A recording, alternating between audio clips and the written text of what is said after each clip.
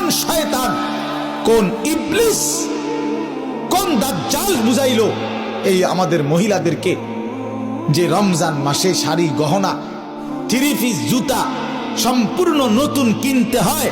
খোদার কসম, এটা পৃথিবীর কোনো কিতাবে নাই, কোনো আলেম বলে নাই, কোনো আউলিয়া বলে নাই, কেউ বলে নাই। ইবলিস ছাড়া, শয়তান ছাড়া, দাজ্জাল ছাড়া আর কেউ বলে নাই।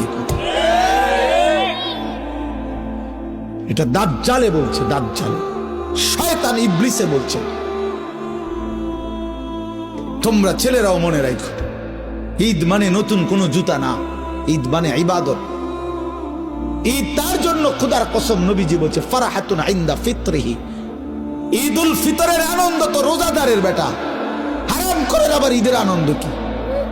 সুদখোরের কোনো ঈদ নাই, ঘুষখোরের কোনো ঈদ নাই, মদখোর, নেশাখোর, ফুট্টাখোর, বাবাখোর, ডালখোর, হারামখোর, ইয়াবাখোর, এই সমস্ত অসভ্যের কোনো ঈদ নাই বেটা।